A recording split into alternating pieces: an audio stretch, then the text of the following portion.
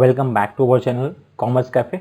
और आज हम लोग ने जो टॉपिक लिया हुआ है वो है बिजनेस सर्विसेज, जो एचएससी में 4th लेसन है, ओसीएम में मतलब ऑर्गेनाइजेशन ऑफ कॉमर्स में this is our 4th topic called as business services.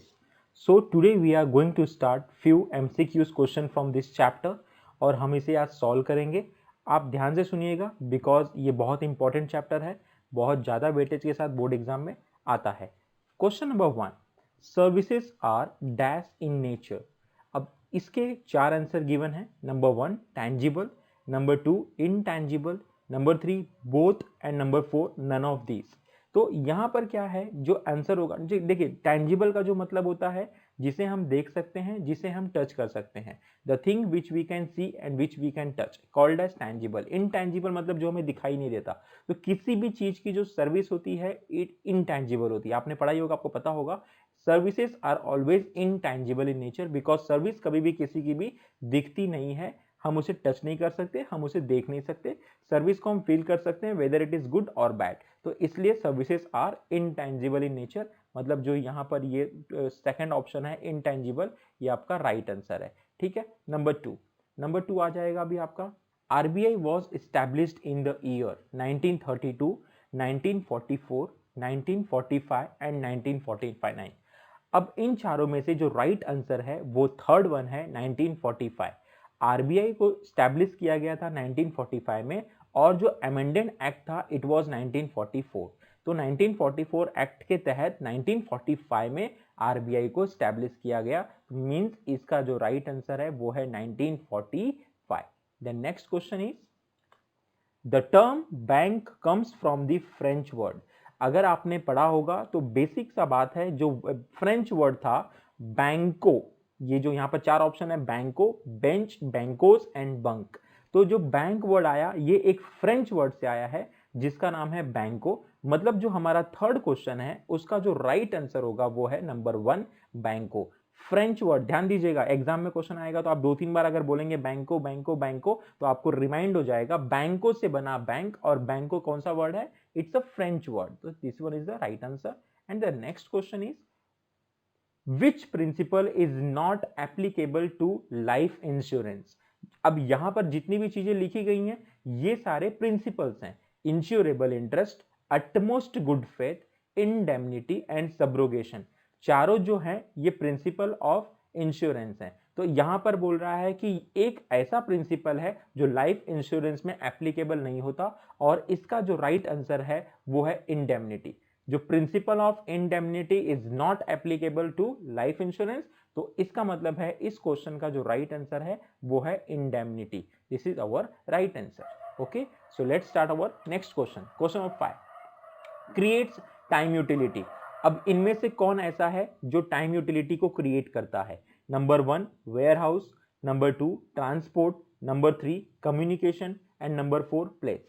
तो अभी ध्यान देना होगा, अगर आपने सिलेबस में पढ़ा होगा तो आपको पता होगा कि जो वेयर हाउस होता है वेयर हाउस ही टाइम यूटिलिटी को क्रिएट करता है। अब आपके दिमाग में क्वेश्चन आएगा वेयर हाउस कैसे करता है। वेयर हाउस का जो मेन जो बेसिक फंक्शन होता है वो स्टोरेज का होता है, किसी भी सामान को स्टोरेज। फॉर एग्जांपल अभी जो है समर का सीजन चल रहा है और रेनी सीजन के जो अम्ब्रेलाज होंगे वो बने होंगे, कंपनियां ने उनको मैन्युफैक्चर किया होगा, तो इस वक्त वो कहां पर होगा, इस वक्त वो वेयर हाउस में होगा। और जैसे ही रेनी सीजन विल स्टार्ट तो वो हमारे हाथों में आ जाएंगे, हमारे घरों तक पहुंच जाएंगे अम्ब्रेलास।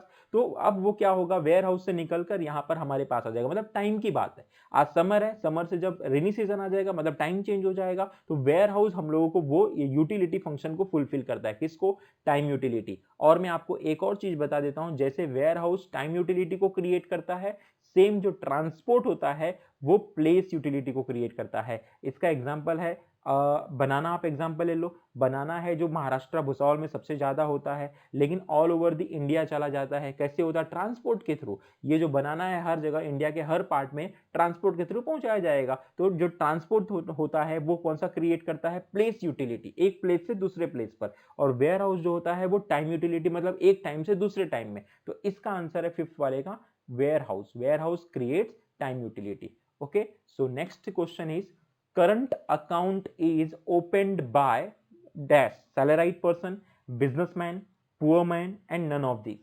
तो आपको पता होना चाहिए इसका जो राइट आंसर है वो है बिजनेसमैन। क्यों? क्योंकि देखो सैलराइड पर्सन जो होता है वो करंट अकाउंट नहीं ओपन करता, वो सेविंग अकाउंट ओपन करता है। पुअर मैन, यहाँ पर बेसिक सी बात है, पुअर मैन मतलब अकाउंट ओपन भी कर सकता है, नहीं भी कर सकता है, तो ये कुछ there is no any trick, तो none of these wrong answer है। बिजनेसमैन करंट अकाउंट ओपन करते हैं क्योंकि they are running their own businesses, और बिजनेस अकाउंट ओपन करने का मतलब है करंट अकाउंट, क्योंकि उनके ट्रांजेक्शन डेफिनेटली आमतौर पर लोगों से ज्यादा होते हैं, जो सैलराइड पर्सन होगा उससे ज्यादा, उनके पास पैसे ज्यादा आते भी हैं, उनको पैसा बिजनेस के लिए ज्यादा विड्रॉ भी करना होता है, ठीक है। That's why businessman current account किसके लिए अच्छा होता है? बिजनेसमैन के लिए। तो यहां पर जो राइट आंसर है वो सेकंड वन है, businessman. Okay, next question, what is the percentage of amount sponsored by central state and sponsored bank in RRB?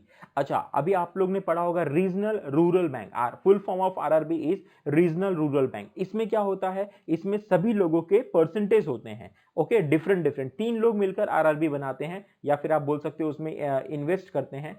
Central bank, central government, state government and the sponsored bank, ये 3 लोग मिलकर उसमें अपने पैसों को लगाते हैं, इन्वेस्ट करते हैं। तो अब कौन कौन स्पॉन्सर कर रहा है? 3 लोग कर रहे हैं। इनका परसेंटेज क्या होता है? अब यहाँ पे 4 ऑप्शन है, 50 30 20, 15 50 15 35, 45 45 10 एंड 50 50 0। तो इसका जो राइट आंसर है वो है 50 15 35। जो सेंट्रल गवर्नमेंट होता है वो 50% इन्वेस्ट करता है, जो स्टेट गवर्नमेंट होता है वो 15% इन्वेस्ट करता है, और जो स्पॉन्सर्ड बैंक होता है वो 35% करता है। इसका मतलब जो इसका राइट आंसर है वो है 15 50 15 35, मतलब right answer is second one, second one is the right answer, ठीक है। अब आपको समझ गया होगा। Okay, next question, the basic function of warehouse is, आज ही मैंने आप लोग को अभी बताया कि जो वेयर हाउस होता है बेसिक फंक्शन उसका क्या होता है? ग्रेडिंग पैकिंग उसका फंक्शन है, but that's not your basic function. Storage, yes of course storage the right answer. Transport और ऑल अबव, ये भी आंसर नहीं है, स्टोरेज है। वेयर हाउस की शुरुआत ही क्यों होती है? वेयर हाउस की शुरुआत होती है स्टोरेज की वजह से। अगर स्टोरेज नहीं करना होता तो वेयर हाउस नहीं होते। It means that the basic function of warehouse is storage. तो right answer is second one, storage. Okay, next question, which warehouse provide facility for perishable commodity? First of all, you must know the meaning of perishable commodity. perishable commodity का मतलब ये होता है वो सामान, वो चीजें जो जल्दी से खराब हो जाती हैं, जैसे मिल्क या फिर वेजिटेबल्स या फिर फ्रूट्स या फिर चिकन, फिश, ऐसी चीजों को पेरिशेबल हम लोग कमोडिटी कहते हैं, जो जल्दी से खराब हो जाएंगे। ये सब उसके एग्जांपल्स थे।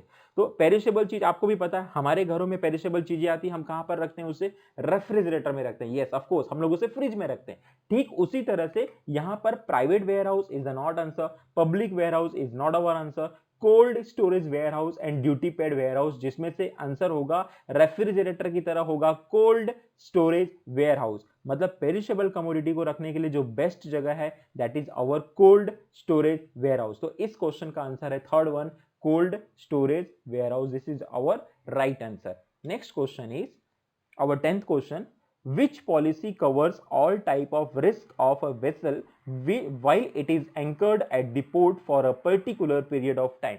इसका मतलब क्या है? अब ये पूछा जा रहा है कि कौन सी पॉलिसी ऐसी है जो वेसल, वेसल जो मतलब आप शिपिंग मरीन की बात कर रहा हूं, जो वेसल होता है एंकर्ड एट द पोर्ट, मतलब पोर्ट पे उसको बांध कर रखा गया है, तो कौन सी पॉलिसी, उसमें कभी भी नुकसान हो गया पोर्ट के ऊपर तो कौन सी पॉलिसी कवर करेगी? अब there are 4 options. Number 1 port risk, number 2 voyage, number 3 floating and none of this. अब इसका जो आंसर है पोर्ट रिस्क है, क्योंकि बहुत क्लियर बोल रहा है पोर्ट पर एंकर करके रखा गया है। अगर मैंने पोर्ट रिस्क पॉलिसी ली हुई है और पोर्ट पर कुछ भी हो जाता है तो पूरे ही मतलब मेरे जो चीज होगी उसके पैसे मुझे इंश्योरेंस कंपनी मुझे पे करेगी। तो मतलब इसका आंसर क्या होगा? पोर्ट रिस्क पॉलिसी, ठीक है। मतलब जो फर्स्ट वन है वो राइट आंसर है। जो पोर्ट रिस्क पॉलिसी है वो सारे टाइप के रिस्क को वेसल के जो एंकर्ड एट द पोर्ट हैं पर्टिकुलर पीरियड ऑफ टाइम, मतलब इसका एक टाइम पीरियड होता है for 3 month, for 7 days, for 10 days, उस टाइम में कुछ भी हो जाएगा अगर पोर्ट के ऊपर तो insurance company is going to pay us the whole amount जो हमारा लॉस रहेगा, ठीक है। और next question is question number 11, in which year insurance act was amended in India? Insurance के लिए आपको यह पता होना चाहिए कि इंश्योरेंस कभी, इसका एक्ट कब आया। इसका 4 ऑप्शन दिया हुआ है, 1945, 1928, 1940 एंड 1938। तो अगर आपको नहीं पता तो मैं बता देता हूं, 1938 इज द राइट आंसर। 1938 में इंश्योरेंस एक्ट के ऊपर अमेंडेड आ गया था इंडिया में। It means that answer of this question is fourth option 1938। And this is our last question of this session. From the following which of this is covered under fire insurance, मतलब fire insurance में क्या क्या cover होता है, ये कौन कौन सी चीजें इसमें है जो फायर इंश्योरेंस में कवर हो जाएंगी। Number 1, term policy. Term policy is not the answer. Term policy life insurance के लिए यूज होता है, तो ये नहीं होगा। फ्लोटिंग, देखते हैं वो राइट है कि नहीं। वोवेज पॉलिसी मरीन में होता है, कलेक्टिव मरीन में होता है, बच गया floating. Floating policy definitely fire insurance के लिए होता है। अगर आपको नहीं पता फ्लोटिंग क्या है तो मैं आपको एक्सप्लेन कर देता हूं। फायर इंश्योरेंस में फ्लोटिंग का मतलब ये होता है, सपोज मेरे पास 4 वेयर हाउस हैं डिफरेंट डिफरेंट प्लेस पे, मुंबई में, हैदराबाद में, पुणे में, नागपुर में, 4 अलग अलग जगह पे मेरे पास 4 वेयर हाउस है। अब चारों वेयर हाउस को मैं क्या करूंगा, I will take one policy and under this policy मैं फ्लोटिंग को टिक मार्क कर दूंगा। I will choose floating option. It means that चारों वेयर हाउस में एक जगह पर भी अगर फायर लगेगा तो वो वेयर हाउस मेरा उस फ्लोटिंग की वजह से कवर हो जाएगा। मुझे चारों वेयर हाउस के लिए अलग अलग पॉलिसीज लेने की जरूरत नहीं है।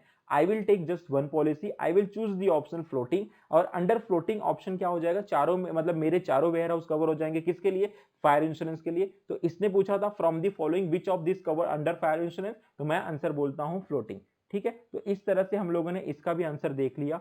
हम लोग ने आज के इस सेशन में रिलेटेड टू बिजनेस सर्विसेज कुछ क्वेश्चन सॉल्व किए। आगे भी ऐसे और भी सेशन आते रहेंगे। बोर्ड एग्जाम के लिए ये बहुत इंपॉर्टेंट है कि एमसीक्यूज आपको आ जाए। तो आज के इस सेशन से मैं उम्मीद करता हूं कि आप लोगों को समझ में आया होगा, आप लोगों को सेशन अच्छा भी लगा होगा। अच्छा लगा होगा तो डेफिनेटली आप कमेंट बॉक्स में मुझे कमेंट कीजिए आपको अच्छा लगा या नहीं लगा।